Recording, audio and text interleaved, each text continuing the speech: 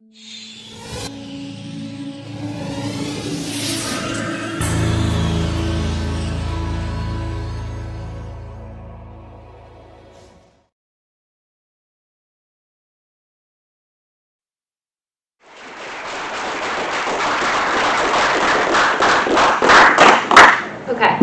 we've all watched High School Musical, right?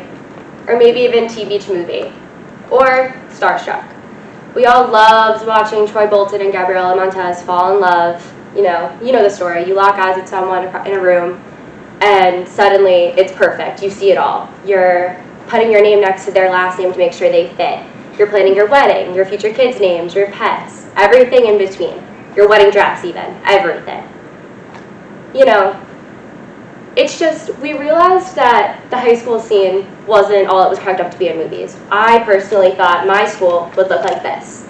And, I thought we'd all dress nice and we'd all look like, well, this.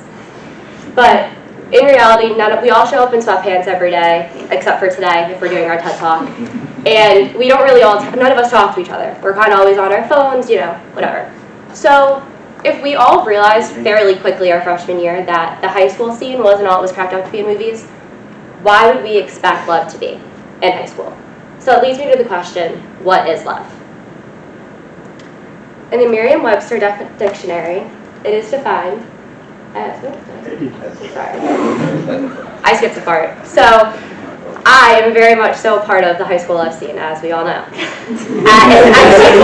an 8th grade graduation party, I locked eyes with someone, and suddenly I had a boyfriend, and I did it, and then I did, and then I did it, and then I did, and then I did it.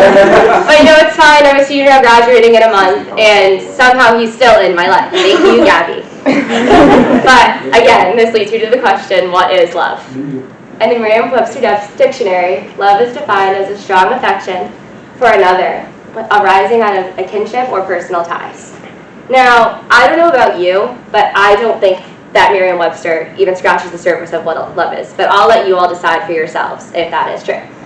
To me, love is caring for somebody. It's unconditional. It's seeing no wrongs with anyone. It's truthfully just not ever seeing anything wrong and wanting to work through things with people. So, we tend to fall into we have these high expectations because of these movies that we watched, where we think that everything is love at first sight. We think that, there's no work that has to be put into love. You're going to see someone, you're going to lock eyes at an 8th grade graduation party, and your life is set. That's not true. We've all realized, I don't know, maybe I'm wrong, but I don't think a single one of us in this room has seen a high school relationship be perfectly perfect the entire time. We all fell into these things for the social status and attraction and overall just excitement. We all found our high school sweetheart and thought our 4-month-long relationship would last forever. We wouldn't cutest couple come senior year, and once it was time to move away for college, long distance wouldn't be a problem. That's not true. We all know that. We all know that it's rocky. There's things you have to work through. And these movies that we watched as kids never showed those rocky parts. It always showed it being perfect and sunshine and rainbows. So, we've been blinded our whole lives by, watching Cinderella when we were toddlers, falling in love with Prince Charming, to watching Gabriella Montez and Troy Bolton fall in love when we were 12. So even now, watching Jeremiah, Conrad, and Melly fall into whatever crazy love triangle that is that we somehow find entertaining.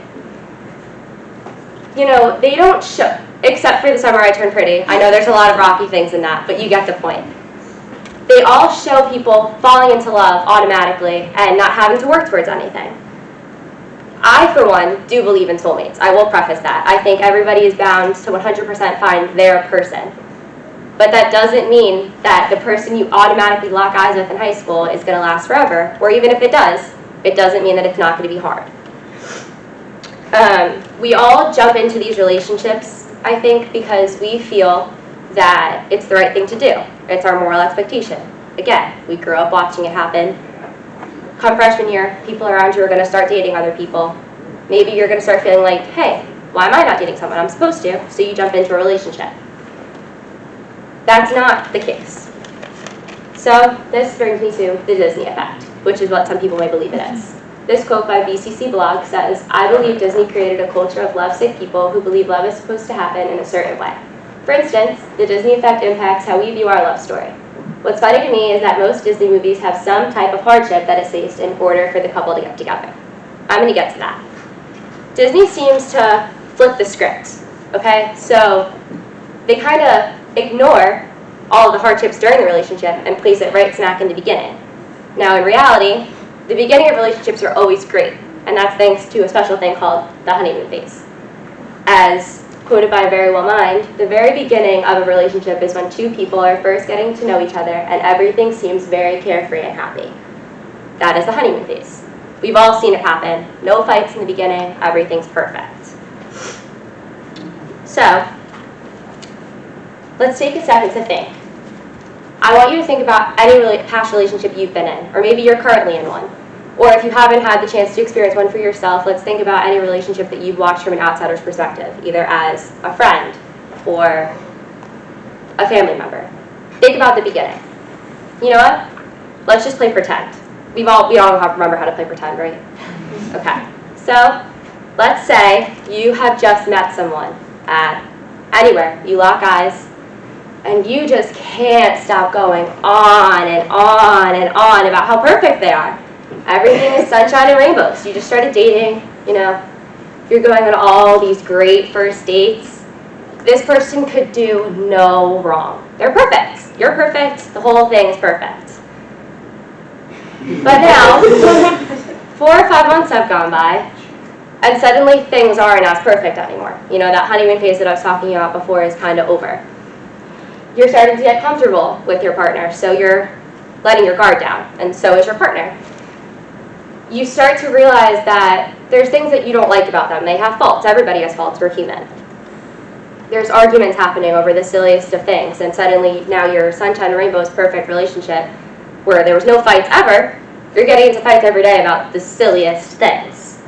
So, you know, you're realizing if this is going to work, you have to put in the work. It's not going to be easy. You have to put in effort. And because you love your partner, you don't mind to put in the work because it's worth it. Now notice what I just said. Work. The thing that all of the Disney and Hallmark movies you grew up watching never showed.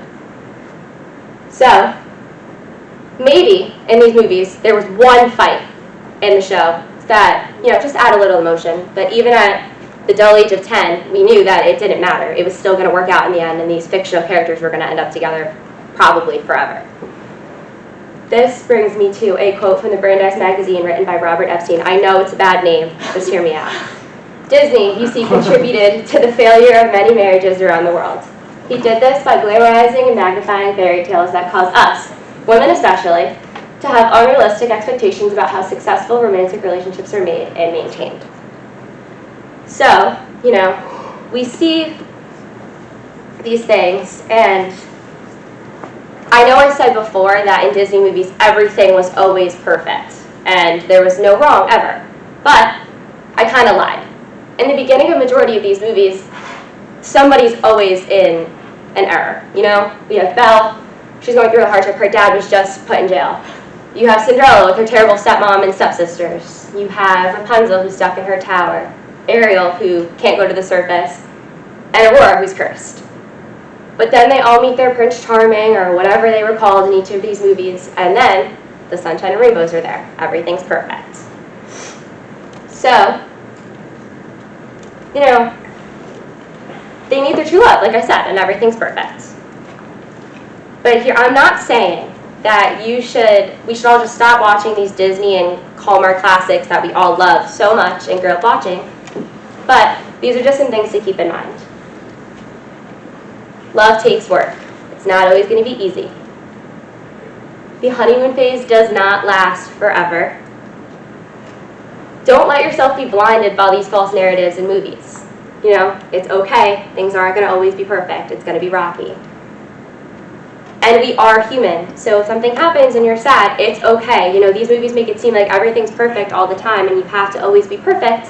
So when you're not, it kind of stinks. But you're a human. You're allowed to have feelings.